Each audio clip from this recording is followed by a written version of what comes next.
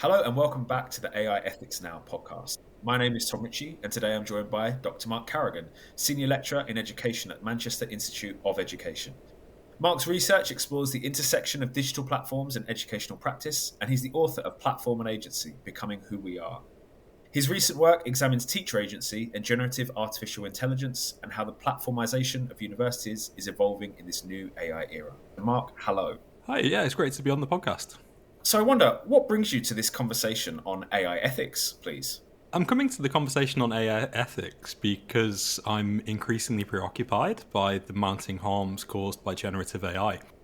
But I also worry that we're often misdiagnosing the source of those harms. From my point of view, the problems that are arising are when these systems meet existing bureaucracies that were already struggling, and there's a tendency to impute the harm to a propensity of the technology that I don't think is quite right. And so I'm interested in how they're taken up in the organizations we're working within and the bureaucracies we're working within. And how, as the philosopher Shannon Valor would put it, they hold a mirror up to society. And I'm interested in what we see in the reflection and how we respond to it. Fantastic. Yeah, thank you so much. And I wonder, you've developed what you call the LLM Interaction Cycle with three components. So positioning, articulation, and attunement. And I wonder, to start with, if you'd be happy to just walk us through what each of these means in practice, please. This is an attempt to make sense of what I've found in my more applied work with academics and students. And it's a collaboration with my friend, the philosopher of technology, Milan Stürmer.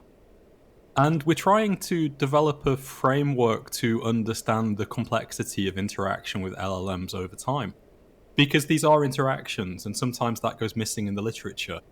The real significance and impact of these systems comes from working with them over extended periods of time. And so we developed this framework as a way of understanding what takes place in a specific conversation, but also how those conversations link together into patterns of use over time. And so the first element, positioning, is, as is commonly advised in the prompt engineering literature, giving a role to the LLM. But where we think this is often misunderstood is that explicitly assigning a role is only part of this process. Particularly with more recent models, they're often inferring what would be useful to the user based on what is shared in your prompts, and also increasingly in the model's memory as that's developed over time, through past chats if that functionality is enabled. And so the LLM is effectively establishing itself in a particular role in relation to the user. And we're very interested in how deliberate or otherwise this process of positioning is. The more effective and reflective use of LLMs involves explicitly assigning this role yourself, having thought carefully about what would be useful to you. It becomes much more dangerous when the LLM is preempting the role you assign it and adapting in this fluid, mutable way to what it infers about your inclinations from the conversation. And so that dynamic is becoming ever more complex, and it becomes more complex still because of the second phase, what we call articulation, which is the process of putting into words what we're sharing with the model. And this is what's always fascinated me about them since ChatGPT was released. The extent to which we are writing to these models often gets overlooked. It's not really regarded as writing continuous with other forms of writing. But this is a crucial part of how we're working with LLMs. And at its best, it becomes an occasion to make tacit knowledge explicit. And there's a reflection often involved here, because in order to ask the LLM to do something for you, you have to have a sense of what you're trying to do and why. You have to explain it. And the iteration, as the initial response might not be exactly what you were hoping for, so you try again, but you clarify your understanding in the process. And so, again, there's a very reflective form this can take. But as models become more adept at adapting to what the user shares with them, it's no longer as essential to be clear. So I was quite relaxed in the early models because to get an adequate response from them, you really had to think about it. This was the essence of prompt engineering, which I don't think is relevant anymore, really. Whereas now, the model can work with inchoate fragments, so just little snippets of meaning you share with it. And it will produce good enough responses often without that clarity being required by the user. And that's a big shift, particularly because of what we see as the third stage, which is attunement, which I think is the most contentious. But this is the experience that many frequent users of the model have. of being understood by the model, a sense that the model is meeting you in the interaction, a sense that the model has some kind of working coordination with you, so it gets where you're coming from. And this is a big gap, I think, between those people who've really immersed themselves in using the models for better or worse, and those who are looking at them from the outside. Because these feelings of attunement can be very powerful.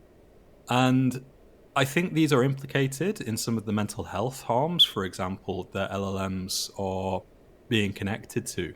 But also more mundanely, to use the LLM on a practical everyday level, you have to trust that it knows where you're coming from. In order to ask it to do something and for it to do it, it has to have a sense of your context and what of that context you've revealed through your interaction with it.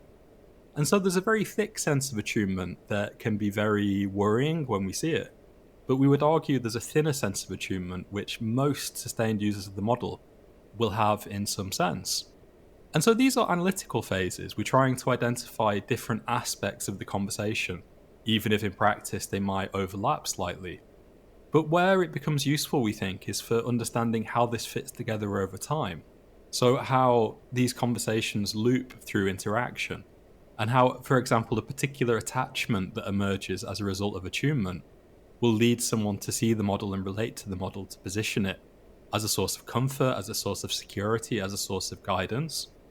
And so the value of the framework, if we're right, is that it will help us understand how patterns of use develop over time and get to the heart of what's a real dichotomy here. There are some people who are using these models in very reflective, agentive ways. There are others who are beginning 3 years into LLMs to develop very worrying patterns of use, ranging from cognitive outsourcing to forms of emotional dependence. And we need to have a way of understanding interaction that recognizes both potentialities. It's not that the LLM is intrinsically harmful, it's that the LLM has the capacity to be harmful through certain patterns of interaction under certain circumstances. And that's what the framework is intended to unpick. Yeah, it sounds really interesting, and to hear the three different elements, and you've explained them so well. And as you were talking, I kept just thinking, you can feel the risks that come with anthropomorphizing these systems in the ways that some people are and how they're becoming problematic. You alluded to mental health. You've alluded to emotional reliance as well. And it's a real challenge that we speak to our students about in terms of the role of human in the loop. We discuss in so many different ways and spaces, but this feels like a really important one that we need to think about how we interacting with that system, because there are very positive ways to use AI, but there are also some much more challenging ways that you've alluded to and that we do hear every now and then. But I wonder, you've written about how use that feels purely instrumental often drifts into something more effective. I wonder if you could explain a little bit more about what you mean by that and why does it matter? So this is an empirical hypothesis, which means obviously we might be wrong, but if we are accurate in this claim, then I think it's one that everyone using these models needs to take seriously. So there's a tendency to split the kind of practical transactional use of them, using them for certain purposes, as if this is different in kind to more emotional, affective forms of engagement with them. And instead, what we're saying is this is a spectrum, and your position on that spectrum is liable to change over time, because these cycles of interaction loop together in ways that habituate and stabilize. And the point we're trying to make in the book, which will be released later next year, is that in order for the model to understand a practical request, it has to understand your context. So it's not just that I'm asking it as someone in higher education or even as an academic in higher education to get a good enough response. It often has to understand that I'm a sociologist, that there are certain kinds of things I'm trying to do, there are certain stylistic preferences I have, there are certain ways of working with the outputs, that I don't just want it to do something one-off for me. I want to have a conversation about what the model is doing for me. And increasingly, these preferences are embedded in the model's memory. And I think that's a big change, that the model is learning facts about you that are recorded in a kind of declarative form in the system settings. But it's also increasingly searching past chats as well to inform this context. And so even if you're using it transactionally, there's a rich understanding. Not a human understanding, obviously, but an understanding nonetheless that the model is building up of you. And that, we would argue, is a source of attunement. you feel like the model knows the kind of thing you're asking it to do because it is building up a profile of you effectively. And we need to draw attention to that because otherwise it falls into the background. And it's very easy to drift into, immediately more effective use. So you're talking about a piece of work and you'll share, I'm a bit anxious about how this will be received. Or do you think this is any good? What do you think this particular professional community will make of it? And, those isolated instances can feel like just a kind of peripheral part of how you're using the model. But actually, those deviations from the norm of your behavior are exactly what the model is picking up on in terms of building a memory. And you begin to form patterns of interaction, habits of interaction yourself. And over time, we're suggesting we're likely to see a drift from the transactional to the affective. And also, increasingly, as the AI labs become under pressure to commercialize their products, because at some point the bubble is going to burst, the most obvious way they can do that is by inculcating attachment behaviors. It would be in their commercial interests to gently nudge people towards these more affective dependent forms of use. It won't be an immediate process and it won't be a transparent process. But if we look at how many people experience social media and how that changed over time, I think that's a guide to what we can expect going forward. The percentage of social media users who will attest to having a problematic relationship to it is, I think, very high now. And it wasn't 10 years ago. And I suspect we might see a similar situation developing with the models over time. So we're saying this drift is happening now, imperceptibly often. But as the commercial model underlying generative AI changes, that could be turbocharged in a very worrying way. And we have to understand this dynamic if we want to protect ourselves against it, to really understand how we're using it in everyday settings. And do you think the drift you've mentioned, is it necessarily problematic, or that there could be productive aspects to that as well, because AI is something that's learning, whereas social media is not? I end up oscillating between two different perspectives, and a lot of this work is an attempt to integrate those. So I'm someone who I use LLMs on an almost daily basis. I use them for my work. I use them in life as well. For little things like during the storm last week, my front door seemingly got drenched and now it's expanded and it won't shut properly. At some point, I switched from looking on Google about how to fix my front door to asking ChatGPT.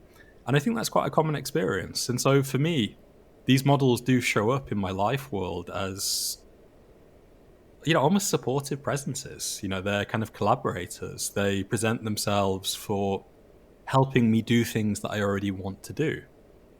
But I also increasingly am aware of the risks involved in that process. And so I think a kind of critical account of LLMs has to be adequate to the value that people find in them. And this is what has frustrated me with a lot of the kind of AI criticism that has been commonplace. Often I agree with the thrust of it, but it frequently tries to explain away or ignore the value people find in everyday life with these models. And I think a starting point for AI criticism really needs to be, what are the forms of satisfaction? What is the utility? What is the enjoyment that people find in these models in everyday life? Because if we don't do that, there's a risk that AI criticism is just unmoored from the reality of AI use. And again, social media criticism is a great parallel here. Social media criticism, I think, was absolutely correct from day one in a way that took me a number of years to come around to. But it's coexisted with a rapid growth of social media through all sectors of society. Social media is now nearly ubiquitous in social life, and criticism of social media is similarly ubiquitous. There's something toothless there, and I think in part that's just because kind of knowledge doesn't necessarily lead to action. Just critiquing something doesn't make it go away. But I think there's also something about social media criticism not adequately getting to grips with why people genuinely find this useful. That is not just the kind of compulsion generated by the algorithm. There's some real value in it that they experience and that keeps them coming back, particularly around kind of social connection. And I think we've got to do the same with understanding LLMs in everyday life, particularly when it comes to our students. And I worry that the way in which academic staff construct the student using the LLM is kind of unmoored from the reality of it. We just don't know enough about how our students feel about this stuff beyond, say, assessment. when I hear colleagues speaking about students' use of LLMs, it's always very, very narrow, and it's always very, very focused on, well, they're using it to cheat or some equivalent of that phrase. And I also have colleagues as well, and I'm sure you do, who believe that students aren't using it. When, if you speak to any students in any room, 95+% will admit to using it, and the other 5% are just nervous, probably, to say that they're using it. Understanding, particularly in an education context, how students are using it to support themselves when we come to things like belonging, when we come to things like loneliness, is as important as how they're using it for their assignments as well. And it brings me really nicely to your paper on teacher agency and generative AI. In that paper, what patterns are you seeing in how educators are navigating these tools, and are there any particular tensions or trade-offs? Yeah, the one that stood out to me the most from that research was a fear of being seen to lack knowledge, and the way in which that makes it difficult to have conversations with students. I mean, from my perspective, we're in this together, in the sense that this does introduce something really unfamiliar into how we work together in universities. And in my own pedagogy, I've tried to meet students in that uncertainty and to kind of articulate my own changing feelings about LLMs and to make space for students to share theirs. But I teach on an edtech program, so it's a lot easier to do that than it would be when that's not the object of discussion.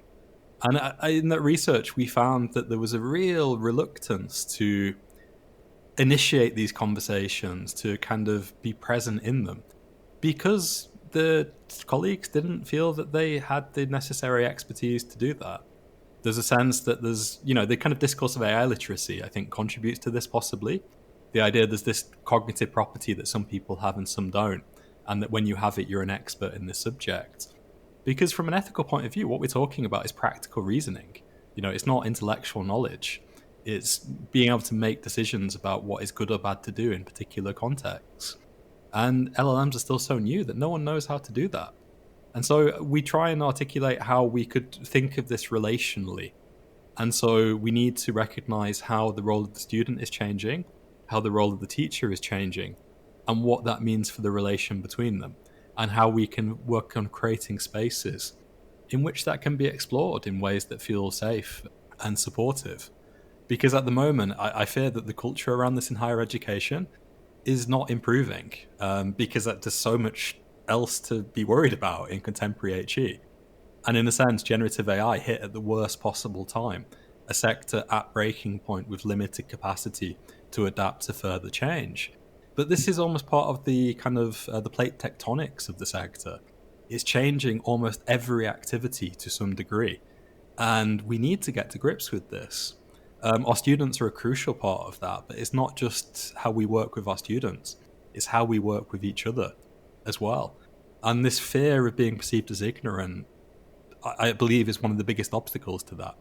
And I wonder too about institutional pressures. So you mentioned teachers and students, but the role of the institution here is key as well. And I wonder if you've come across any examples where teachers are feeling pushed to adopt AI in ways that may not align with their professional judgment, but the institution is saying we need to bring this into teaching or student experience. No, I haven't. And I think in part that reflects the one upside to the UK sector being slow to adapt because it is in such a crisis state. I don't know of any examples where institutions are being proactive in a sustained way. I mean, I think there are pockets of proactivity, but if we compare this to, say, parts of the US or parts of China, where generative AI is being written into curricula in a way that, from my point of view, is probably too fast, given that these models are fundamentally changing in their nature, I expect, over the next 5 years. So it's a good side in a way that we're so slow. But I suspect that is probably going to come in the next few years. And the hype around agentive AI I find really worrying, because my understanding of the research literature is that the failure rate of these models is really high when you set them to perform tasks on their own. There's a wonderful project called AI Village where someone has set up 7 models working in a virtual environment, and he sets them tasks every week, and the models have to collaborate to try and do things in the real world while talking to each other via Discord. And, the project isn't designed to show that agentive AI doesn't really work, but that is one of the things it does show. Models are fundamentally unreliable when you take them outside of human interaction, and they go off in strange tangents. But my worry is that this is going to become widespread in UK universities over the next few years, just because for external vendors offering solutions to the many problems we have is a really compelling case, right? So yeah, reduce your staffing, replace it with AI, and you can do the same things but a lot cheaper.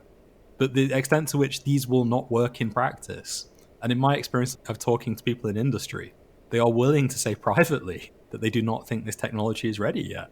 But publicly, there's such a commercial push towards it. And I think it could be chaos. And I think it could compound the existing problems within institutions because things will be going wrong and we won't know how to fix them. And possibly staffing will be reduced at the same time as increasing numbers of problems. And also, we know that, kind of once there's a big capital investment in IT, the whole institution gets behind sustaining that system because otherwise it's a write off. And so that's a long answer to your question. At the moment, I think we've been relatively fine as far as I can see in terms of an overactive push, but I think it might be coming soon. And that really worries me. And it's interesting from my position and role in the United States at the moment to see the difference in AI integration within universities. So the university that I'm currently working at has a dedicated AI integration team. They have a director of AI integration who works across the university to encourage colleagues to consider AI, embed it in their practice, and make it part of their day-to-day work. The reflection I have on that from speaking to colleagues is they're not as sure. And so there are lots of ways in which LLMs are being used, but almost like simple custom GPTs rather than agentive. That seems to be where there's traction by helping people say, okay, well, you can use this as part of an assignment where students can ask custom GPT a set of questions and then the responses will help them in their assignment. But beyond that, at least from what I've seen in the universities in the area in North Carolina that I'm in, it doesn't appear that anything beyond that has really come to the fore yet. And it may be, as you're saying, because of the failure rate, people are just struggling to see and show how we can effectively do this. But it is really interesting coming from a UK context and seeing what's going on here and actually being able to reflect on it critically and say, we probably wouldn't have done it that way in the UK, or actually that's a really good idea, we'll take that back because we can see where that has gone wrong. A strange space to be in compared to what I was in the UK. And there's pros and cons of both. I think in the UK, the biggest challenge I've found is almost there's a lack of leadership in universities from where I'm sitting sometimes, where everyone seems to be pointing to someone else and saying, well, they'll deal with it. And then you go to that person and they're not really doing much on it. The way in which the bureaucracies of universities work, it feels like by the time we get policy on something in the UK around AI, it takes 6 months. Well, by that point, the AI's moved on and we are out of the conversation. We have to start over again. And I've mentioned this on previous podcasts. In the US, because they've put these roles in and these sections of the university, it's much quicker. And so that's the main difference that I'm seeing. And it'll be interesting to see how it develops over the next kind of 8-9 months that I'm here and what I can learn to bring back. And I'm also going to be teaching on an AI module here. So I'm writing it at the moment and I'm writing it completely differently to how I wrote one in the UK because of the expectation of students and how they're using AI from speaking to them in class. And so, yeah, it's going to be a really interesting few months, I think, to see that difference. You've flagged as well, Mark, 3 key risks. So lock-in, loss of reflection, and commercial capture. I wonder if you'd be able to unpack each of those for us, please, as well. Yeah, so I mean, lock-in we've already touched on, really. And, one of the consequences of that sort of kind of proactive AI leadership, which I agree is lacking in the UK in quite a striking way, is that you're going to get university-wide solutions to problems, which on one level is a very good thing. But once we start to strike deals on a university by university basis for access, to things like Claude or ChatGPT, you then start to restructure processes around that access. And that's the kind of lock-in that is very familiar from platformization of other sorts. Once you're a Microsoft university, it's very hard to stop being a Microsoft university, as evidenced by the rise of Copilot in the UK, despite the fact it's clearly an inferior product to the others. And, that's worrying in terms of the kind of exercise of power and restriction of choices over time. But if there is going to be a .com style crash within a year, possibly, if not sooner, what that means for pricing going forward, I think will be really, really crucial. So if we rebuild pedagogy and if we rebuild organizational processes around the particular LLM delivered through an institutional platform, what price is that being accessed at? And will that pricing be consistent? Because we know that none of the labs are making any money. I mean, OpenAI have commitments, I think, of over $1 trillion. And this just isn't sustainable in the longer term. And so at some point, they're going to have to ratchet up the price. We're in the kind of free trial period, effectively, now, where everything is running at a loss. And so the disruption caused by the diffusion of generative AI to individual students and academics is a problem that we have to respond to. But if we respond to that problem by locking in a particular platform, if there's this ratcheting up at a later date, that's going to be another wave of disruption, and one possibly harder to negotiate. And commercial capture is a corollary of that, really, because once you have that kind of system in place, the firm has a vested interest to kind of promote use of it within that university, to encourage students to be brand ambassadors, to send academics on dedicated training, to make curricula that are built around using the software and that might not be transposable to another system. And finally, in terms of loss of reflection, I mean, that's the one that kind of ties together my different research interests. I'm preoccupied by questions of agency in relation to technology. To what extent are we thinking about what we're doing with technology? And to what extent are we acting habitually? Because habitual action is not inherently problematic, but when we're dealing with smart devices and other forms of contemporary technology that are modeling us, habitual action is dangerous because it leaves us vulnerable to algorithmic and computational nudging and modeling through the devices and systems we're accessing. And so I'm really interested in how we sustain a culture of reflective use of LLMs. I wrote a book, Generative AI for Academics, which was quite optimistic in a way that was possible.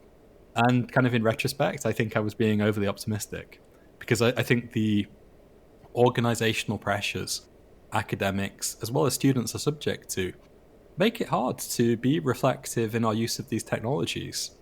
And the technologies themselves are being redesigned in a way that minimizes the need for reflection to use them effectively. And so it feels to me like the headwinds are all pushing towards ever less reflective use of this technology. But ethically, that's a problem. You can have reflective use that isn't ethical, but I don't think you can have ethical use that isn't reflective. And so this declining space for reflection is something that really concerns me. And, we can deal with that at the level of learning design. We can deal with that at the level of professional culture. But I think unless the nature of academic work and unless what we expect from students shifts, it's very hard to deal with that question structurally. One thing I keep thinking about with students is the data that shows the percentage of students in paid work increasing significantly since the pandemic, including students who are sometimes working 20, 30 hours a week. If we're designing programs imagining students who have no commitments outside of university, but in reality they're balancing their full-time study along with 30 hours a week paid work, of course some of them are going to use generative AI in unreflective ways. But that's because we placed them in an impossible situation. And there's a need for deeper structural engagement with the assumptions that are being made about teaching, about research, about learning, about being together within universities. But they're necessary at exactly the time when the sector is in financial crisis. After all, this all came along immediately after COVID. Think about when ChatGPT was launched in November 2022. That was just the point where universities were starting to feel vaguely normal again post-COVID. And then this next wave of disruption hits. And so I feel like we're all a bit shell-shocked, really. There's not enough structural support for the system.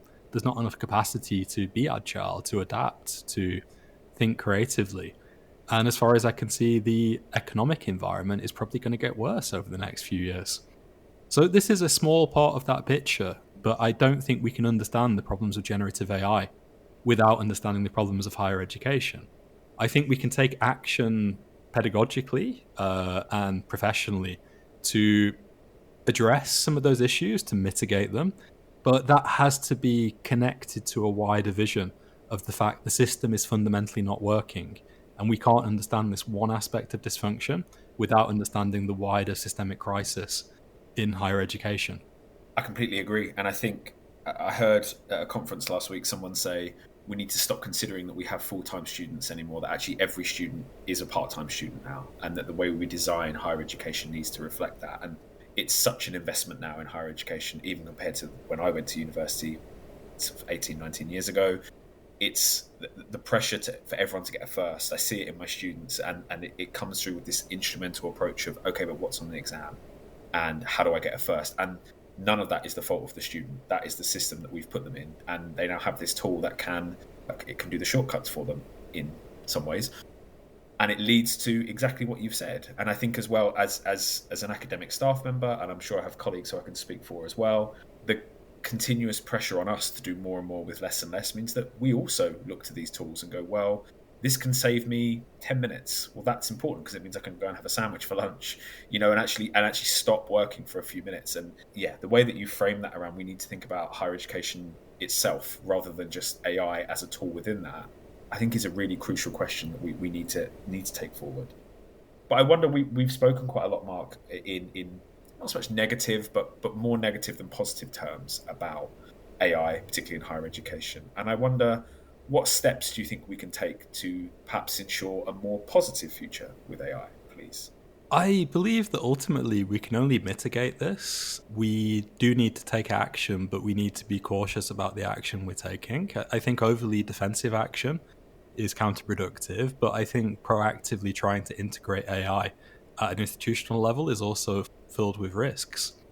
I think the key thing is to create the conditions in which we can talk about this, which is why I think your podcast is really valuable. I'm setting up a similar project over the next 2 years at Manchester, just to create a university-wide forum to raise the issues and reflect on them that otherwise fall between the cracks or exist in private conversations. And I think those spaces are necessary but insufficient to have a kind of collegial response to these challenges.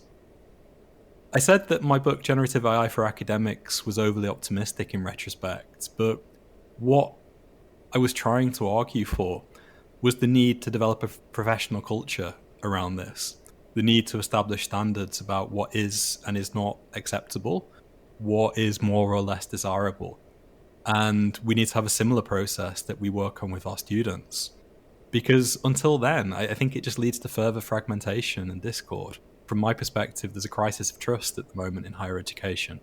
Staff don't trust other staff, students don't trust staff, students don't trust other students. And generative AI is at the heart of that. And I think if we can make spaces where we can talk about these changes and reflect on them, and hopefully common norms and standards begin to emerge, then we can mitigate these harms at least to some extent.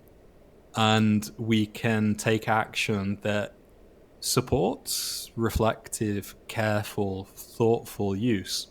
Because, the hill I will die on is that you can use these models in creative, intellectually rich ways. And critics who say that's not possible, I think, are just empirically wrong. The thing I now see is that the structures we're working within are making it increasingly difficult to do that. So we need to protect the spaces where that careful, reflective use is possible, try and expand those spaces, but also look towards these wider structures and what role, even if small, we can play in changing them for the better. And we need to do that alongside a kind of continual awareness of how the landscape of generative AI is changing. Because I would argue that we've seen a first phase of innovation finish now. The models are topping out their capabilities at roughly the level of GPT-5. And we're going to see a second wave of innovation now, which is very different, which is much more to do with post-training, much more to do with new feature design. What the models can do is rapidly expanding, not what the base model itself is capable of, but what the software can do. And this means that we have to recognize those changes, particularly the risk of what Cory Doctorow calls enshittification. The fact that when these AI labs are backed into a corner financially, they will degrade the service in order to bring about a more profitable offering. And so we need to protect ourselves against that, and we need to recognize the landscape is changing. Yeah, absolutely. And I think that taking that wider view, perhaps of higher education and beyond in society, is going to be really important to ensure that we all can have a more positive future, if possible. Thank you so much, Mark. Really, really interesting to speak to you and to learn more about your work. Have a lovely rest of the day and speak to you again very, very soon. Yeah, thanks, you too. Thanks.